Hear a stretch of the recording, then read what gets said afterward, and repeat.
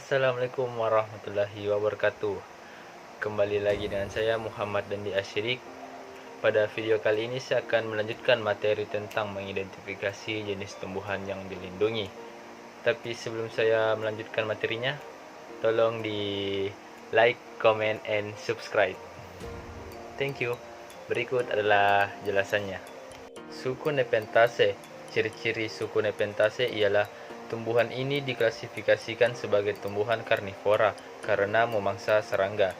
Kemampuannya itu disebabkan oleh adanya organ berbentuk kantong yang menjulur dari ujung daunnya. Organ itu disebut pitcher atau kantong. Selain kemampuannya dalam menjebak serangga, keunikan lain dari tanaman ini adalah bentuk, ukuran, dan corak warna kantongnya.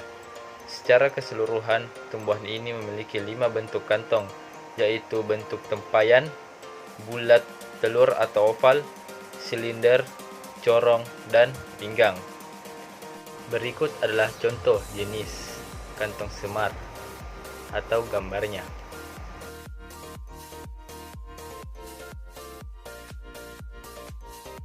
Kemudian penyebaran kantong semar. Kantong semar tumbuh dan tersebar mulai dari Australia bagian utara, Asia Tenggara, hingga Cina bagian selatan. Indonesia sendiri memiliki Pulau Kalimantan dan Sumatera sebagai surga habitat tanaman ini.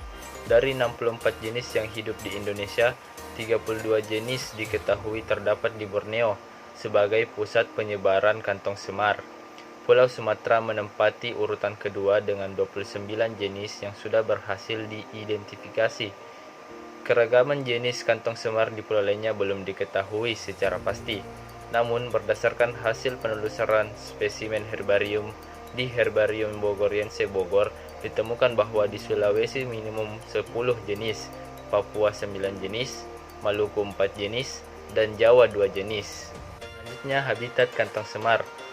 Habitat kantong semar hidup di tempat-tempat terbuka atau agak terlindungi di habitat yang miskin unsur hara dan memiliki kelembapan udara yang cukup tinggi.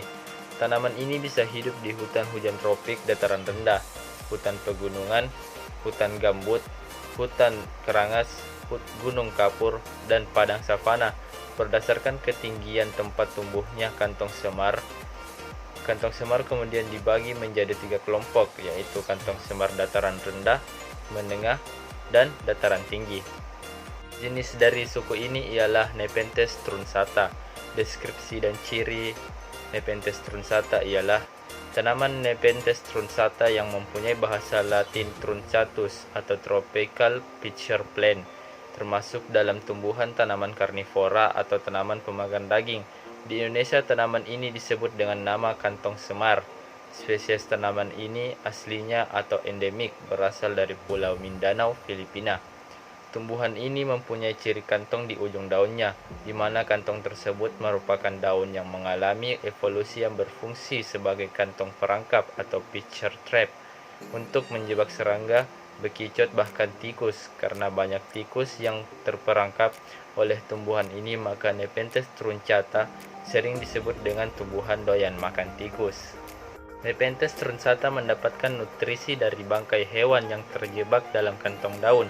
Tanaman daun Nepenthes truncata berbentuk hati, kantongnya berperangkap besar, dan tingginya bisa mencapai 40 cm.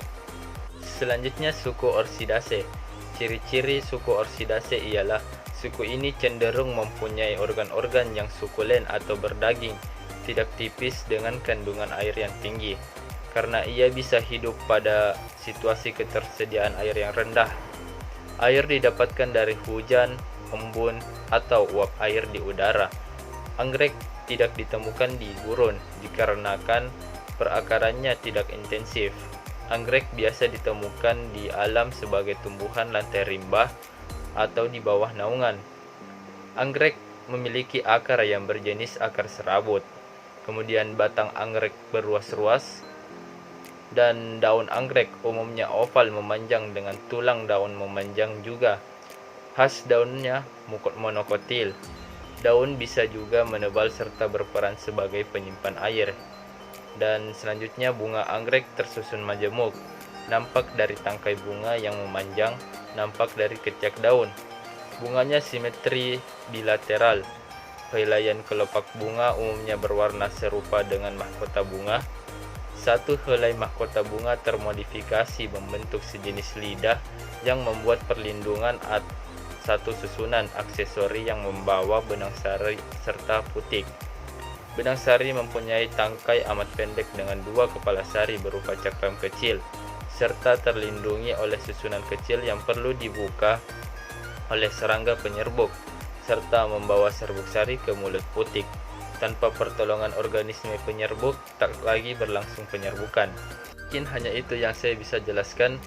Penjelasan-penjelasan lainnya akan saya jelaskan di video-video berikutnya. Sekian dan terima kasih. Assalamualaikum warahmatullahi wabarakatuh. Bye.